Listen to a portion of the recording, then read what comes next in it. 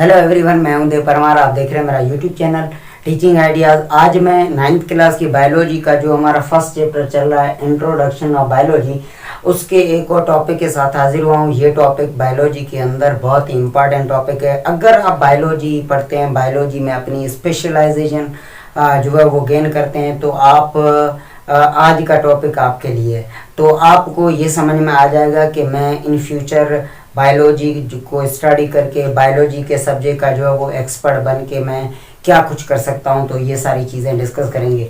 और इस टॉपिक का जो टाइटल है वो है कैरियर्स इन बायोलॉजी।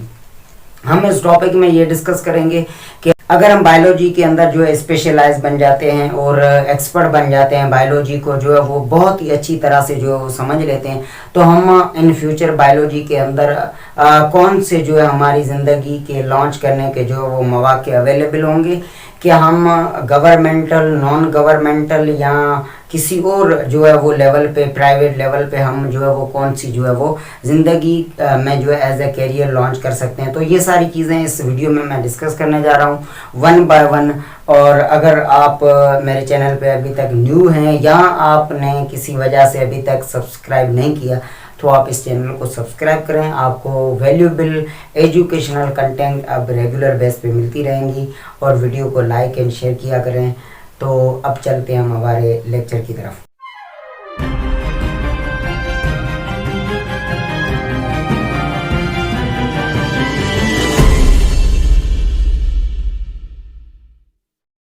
सबसे पहले हम जो है कुछ जनरल पॉइंट्स या कुछ जनरल बातें वो डिस्कस करेंगे कैरियर्स इन बायोलॉजी के अंदर।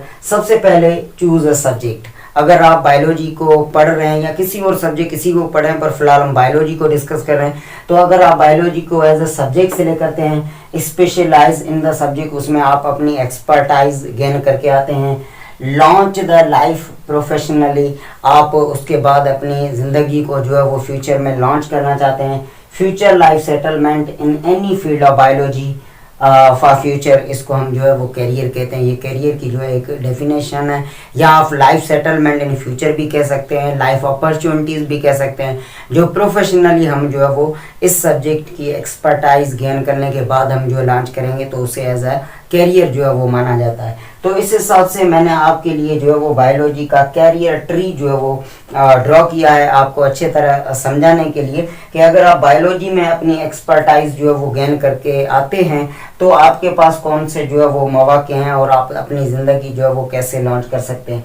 सबसे पहले मैं आप के साथ जो कैरियर लॉन्च करने जा रहा हूँ या डिस्कस करने जा रहा हूँ, ऐसा समझें, वो है मेडिसिन।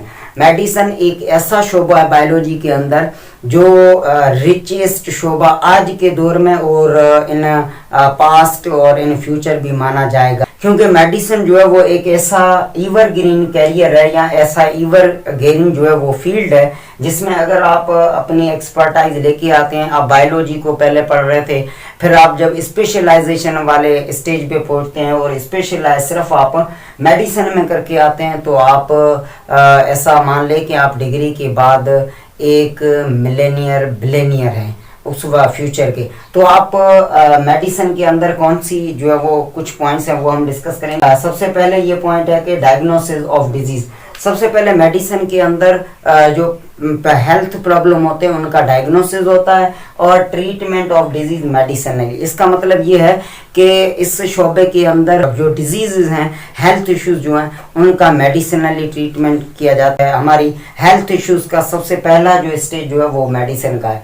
जो आजकल के ये जो भी डॉक्टर आपने देखे होंगे जो आपको ट्रीटमेंट देते हैं, टाइफाइड हो, फीवर हो, मलेरिया हो, जिनमें आपको फर्स्ट जो है ट्रीटमेंट दी जाए, इन ये मेडिसिनली जो है आपको ट्रीट करते हैं। अगर आप मेडिसिनली अगर आपके हेल्थ इश्यूज कुछ ऐसे हैं जो मेडिसिनली ट्रीट नहीं हो रहे, तो फिर एक और फील्ड है जिसमें आपको जो है वो एंटर करना पड़ेगा, और उससे हम कहते हैं सेकंड कैरियर, जिसे हम जो है सर्जरी कहते हैं। सर्जरी के अंदर जो है ये ट्रिपल आर वाला फार्मूला चलता है। और ट्रिपल आर वाला फार्मूला क्या कहता है, सर्जरी के अंदर जब मेडिसिनली हेल्थ इश्यूज जो है वो सॉल्व ना हो, तो फिर हम जो वो सर्जरी की तरफ बढ़ेंगे। ये भी बहुत ही एक्सपेंसिव और एवरग्रीन जो है शोबा है। अगर आप बायोलॉजी को पहले स्टडी करते हैं और बायोलॉजी के बाद जब स्पेशलाइजेशन का स्टेज आ जाता है और आप सर्जरी में जो है आपके अपनी एक्सपर्टाइज गेन करके आते हैं, तो आप सर्जरी इवन ग्रीन जो कैरियर है उसमें आप बहुत बड़ा नाम कमा सकते हैं। तो इसमें सबसे पहले जो है वो रिपेयर, अगर आपका कोई ऐसा मसला है या आपके ऑर्गन का बॉडी का ऐसा इशू है जिससे जो है सबसे पहले रिपेयर किया जाता है। रिपेयर मतलब अगर किसी पे जो है सोजन है या इन्फेक्शन है उसको कट करके उसको जो है वो रिपेयर किया जाता है। अगर वो इशू रिपेयर से हल नहीं होता तो इस सर्जरी के अंदर उससे रिप्लेस किया जाता है। रिप्लेस का मतलब है एक हेल्दी ऑर्गन जिसका टिश्यू कल्चर या बिल्डर कल्चर जो वो आपकी बॉडी से मैच होता हो और वो ऑर्गन या पार्ट जो बॉडी का आपकी उस बॉडी में जो अफेक्टेड ऑर्गन है उसको निकाल के उसकी जगह वो हेल्थी ऑर्गन या मैच जो हो रहा है वो आपके अंदर जो है इंसर्ट किया जाए, तो उसे जो है रिप्लेसमेंट कहा जाता है। इससे भी मसले जो है वो हल हो जाते हैं। अगर इसके बाद अगर मसले हल नहीं हो रहे और कुछ ऐसे भी ऑर्गन या पार्ट्स हमारी बॉडी के अंदर मौजूद हैं जिन जो कभी अफेक्टेड हो जाते हैं, तो उनको रिमूव किया जाता है और उन वो यूजलेस जो है वो ऑर्गन आता है जिसमें वर्मीफॉर्म अपेंडिक्स है, कुछ ऐसी बोन्स हैं जिनको जो है वो कट करके रिमूव किया जाता है और उसके बाद बंदा जो है वो हेल्दी लाइफ बसर कर सकता है। तो इस हिसाब से सर्जरी के अंदर भी आप रह के बहुत बड़ा नाम जो है वो कमा सकते हैं। इसके बाद हम आ जाते हैं एक बहुत ही बड़ा शोबा पाकिस्तान के अंदर, पाकिस्तान की तारीख का, पाकिस्तान के वजूद का पहला शोबा जिसे हम एग्रीकल्चर कहते हैं। अगर आप एग्रीकल्चर में जो है अपनी एक्सपर्टाइज गेन करके आते हैं, बायोलॉजी को पढ़ के स्पेशलाइजेशन आप इस डिपार्टमेंट में लेके आते हैं, तो आप पाकिस्तान की तरक्की, पाकिस्तान की एडवांसमेंट, अपनी नेशन और अपने एरिया वहाँ पे जो है आप बड़ा नाम जो है वो कर सकते हैं। सबसे पहले इस शोबे में आप जो है वो production of variety of crops ये जो आप करवा सकते हैं, बहुत सारी न्यू वैरायटीज वो भी आप यहाँ पे रह के डेवलप करा सकते हैं, क्योंकि एग्रीकल्चर एक बहुत बड़ा शोबा है, बहुत ही रिच शोबा है। क्योंकि पाकिस्तान हमारा जो है वो एक एग्रीकल्चरल कंट्री है, तो आप यहाँ पे बहुत बड़ा नाम कमा सकते हैं। यहाँ पे जो है वो फ्रूट्स की डेवलपमेंट कराई जाती है एग्रीकल्चर के अंदर, वेजिटेबल्स की, क्रॉप की, डेयरी प्रोडक्ट्स, ऐसी बहुत सारी चीज़ें हैं जो एग्रीकल्चर के अंदर रह के आप बहुत जो है वो बड़ा काम और बड़ा रोल जो है वो पाकिस्तान की एडवांसमेंट में प्ले कर सकते हैं। पाकिस्तान हमारा जो है एक एग्रीकल्चरल कंट्री है और पाकिस्तान की जो मौशियत है, पाकिस्तान की जो इकोनॉमिक बोन है वो एग्रीकल्चर का शोबा है। अगर आप इसमें अपनी एक्सपर्टाइज गेन करके आते हैं तो आप बहुत बड़ा जो है वो काम कर सकते हैं। इसके बाद हम चलते हैं एक और शोबा है जिसे हम हॉर्टिकल्चर कहते हैं। हॉर्टिकल्चर जो है वो एग्रीकल्चर का पार्ट है। सबसे पहले ये पॉइंट लिखी हुई है कि पार्ट ऑफ एग्रीकल्चर, और इसके बाद यहाँ पे जो काम किया जाता है वो ये work carried out for the development of new varieties of plant and products. जो एग्रीकल्चर के अंदर रह के ऐसे बहुत सारे पौधे हैं, ऐसे बहुत सारे क्रॉप्स हैं, ऐसे बहुत सारे फ्रूट वेजिटेबल्स, ऐसी बहुत सारी चीज़ें हैं जिनको इस डिपार्टमेंट में रह के काम किया जा सकता है। ये पार्ट तो एग्रीकल्चर का है, यहाँ पे जो भी काम होता है वो एग्रीकल्चर के हिसाब से होता है, लेकिन यहाँ पे स्पेशल काम होता है। स्पेशल का मतलब है सबसे पहले इस फील्ड में रह के जो एक्सपर्ट होते हैं वो एक न्यू वैरायटी की प्रोडक्ट या न्यू वैरायटी का जो क्रॉप है उसे एक मखसूस एरिया में लाइक यूनिवर्सिटीज़ के जो है सराउंडिंग में वहाँ पे जो है एक्सपेरिमेंटल तौर पे जो है उसे सबसे पहले जो है प्रोड्यूस करवाते हैं। जब उसकी प्रोडक्शन और उसकी एनवायरमेंटल कंडीशन से एक्सपर्ट को समझ में आ जाती है, फिर वो जो है वो एक बड़े कमर्शियल स्केल पे जो है वो बाहर जो है एज अ कॉमन क्रॉप पे जो है वो लॉन्च करवाते हैं। तो इसमें बंदा जो है वो अपना बहुत बड़ा नाम कमा सकता है और पाकिस्तान के अंदर ऐसे बहुत न्यू वैरायटीज़ जो है वो डेवलप करवा सकता है। इसके बाद अगर हम आ जाते हैं तो हमारा थर्ड नंबर जो आ जाता है वो है फॉरेस्ट्री। फॉरेस्ट्री भी एक बहुत बड़ा और पाकिस्तान का सबसे पहला जो है वो शोबा है। अगर आप मान लें एग्रीकल्चर के बाद ये भी एग्रीकल्चर का हिस्सा है। अगर आप देखें तो सबसे पहले जो हमारे पाकिस्तान के अंदर जो फॉरेस्ट होते थे उनकी केयर करना और उनके अंदर जो बायोडाइवर्सिटी लाइक प्लांट एनिमल्स जो उसमें रह रहे हैं उनको सेव करना, तो ये सारा काम जो है वो फॉरेस्ट्री में होता है। यहाँ पे फर्स्ट पॉइंट ये है कि फॉरेस्ट सोर्स ऑफ बायोडाइवर्सिटी, क्योंकि फॉरेस्ट्री में रह के अगर हम फॉरेस्ट को जो है वो महफूज करते हैं, उनकी केयर करते हैं, उनको बढ़ाते हैं, उनको डेवलप करते हैं, तो सबसे पहले ये पॉइंट है कि फॉरेस्ट जो है ना वो बायोडाइवर्सिटी का जरिया है। बायोडाइवर्सिटी का मतलब है वैरायटी ऑफ प्लांट, एनिमल्स, ये सारी चीज़ें जो जानदारों की हैं, ये सारी आप तब अचीव कर सकते हैं जब आपके पास फॉरेस्ट होंगे, क्योंकि forest are the home of for everything. और इसमें प्लांट्स एंड एनिमल्स आ जाते हैं बायोडाइवर्सिटी में। वो आप तब गेन कर सकते हैं जब आप फॉरेस्ट जो है वो डेवलप कर रहे हैं, फॉरेस्ट को बढ़ाएं और फॉरेस्ट की जो है वो केयर करें। Development of new and preservation of existing one, new forest लगाना और जो मौजूद हैं उनको बढ़ाना, उनकी केयर करना, ये सारा काम जो है वो फॉरेस्ट्री में किया जा सकता है। और ये भी डिपार्ट बहुत ही अच्छा है और आप नेचुरल लाइफ या नेचुरल इन्वायरमेंट को जो है महफूज करने के लिए आप फॉरेस्ट्री में रह के बहुत बड़ा जो है वो काम करवा सकते हैं। इसके बाद जो आ जाता है वो आता है farming. Farming is the common profession of our country, common भी है और उतना बड़ा मेजर और इम्पोर्टेंट भी है, क्योंकि हमारी मौशियत जो है वो सबसे पहले जैसे हमने स्पेसिफिक एग्रीकल्चर में कहा उस पे है, लेकिन उसके अंदर अगर हम जाएंगे तो ये भी जो है वो एग्रीकल्चर का हिस्सा है।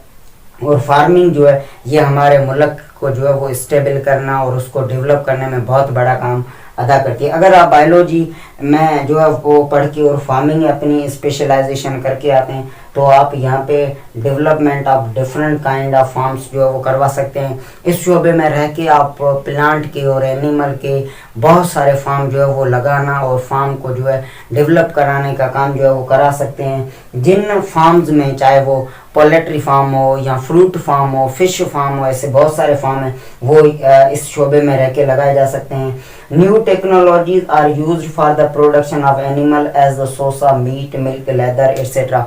माना इस शोबे के अंदर रह के आप जो मखसूस एनिमल की स्पेशीज़ या कोई भी ऐसी प्लांट की स्पेशीज़ अगर आप इस फार्मिंग वाले शोबे में रह के अगर आप उसको डेवलप करवा रहे हैं तो आपके पास अगर एनिमल है तो वो आपने मिल्क के सोर्स के हवाले से उसे जो है डेवलप करवा रहे हैं, मीट के सोर्स के हवाले से, यहाँ ऐसी बहुत सारी चीज़ें जिनके हवाले से आप जो उनके फार्म्स लगवा रहे हैं और आप वो चीज़ें गेन करवा रहे हैं जो हमारे मुल्क में यूज़ होती हैं और जो है वो कॉमनली उनको जो है वो यूज़ किया जाता है या कंज्यूम किया जाता है, तो उनकी प्रोडक्शन यहाँ से जो है वो करवाई जा सकती है। इसके बाद जो शोबा आ जाता है उसे हम एनिमल हस्बेंड्री कहते हैं। ये भी बहुत ही बड़ा शोबा है, ये ट्रेडिशनल भी है क्योंकि ये बहुत पहले से भी लोग जो है वो करवा के आ रहे हैं, लेकिन अब इसको जो है एज एन ऑफिशियल प्रोफेशन के तौर पे बायोलॉजी के अंदर एज ए कैरियर जो है वो इंक्लूड किया जा चुका है, क्योंकि अब इसमें जो है वो टेक्नोलॉजिकली